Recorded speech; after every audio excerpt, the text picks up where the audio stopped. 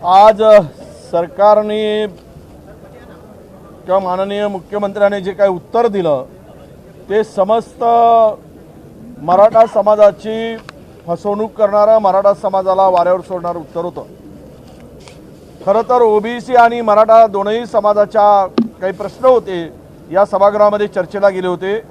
मराठा समाजाच्या आरक्षणाच्या पासूनचा जो विषय होता त्याला कुठेही ठोस असं उत्तर सरकारने दिलं नाही, मुख्यमंत्री महोदयांनी दिलेलं नाही आणि विशेष करून त्याला कुठली तारखेची मर्यादा पण नाही।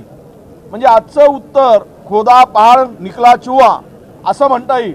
ते जुनीच रीत टेप वाजवून घासून ती टेप वाजवल्या गेली, पण ठोस निर्णय कधी घेणार?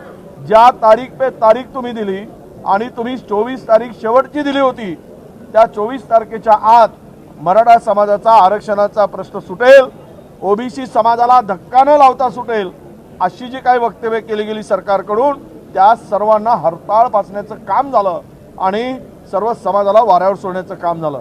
विशेष रूपानं ओबीसीच्या काही समस्या होत्या त्यावर सुद्धा कुठेही ठोस चर्चा निर्णय या ठिकाणी आम्ही सरकारकडून अपेक्षित होतो, ठोस निर्णय अपेक्षित होता, ते सुद्धा कुठेही धनगर समाज, ओबीसी समाज या योजना, जुन्या योजना ज्या आम्ही महाविकास आघाडीचं सरकार असतानाच्या योजना होत्या, त्याच योजना परत नव्यानं सांगितलं आणि तिथेही काही सरकारची भूमिका अशी या समाजाला न्याय देणारी नव्हती। एकूणच ओबीसी, मराठा, धनगर हे सर्व प्रश्न अधांतरी ठेवून निवडणुकीपर्यंत वेळ मारून न्यायची आणि आचारसंहिता आली की हात वर करायचं, आम्ही देणारच होतो पण आता आचारसंहिता आली काही करू शकत नाही, अशा प्रकारची सरकारची पळ काढण्याची वृत्ती आजच्या उत्तरातून दिसली।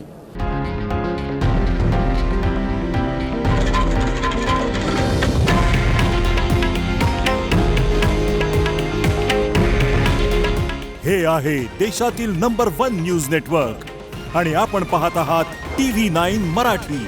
काळजी तुमची, हित महाराष्ट्राचं।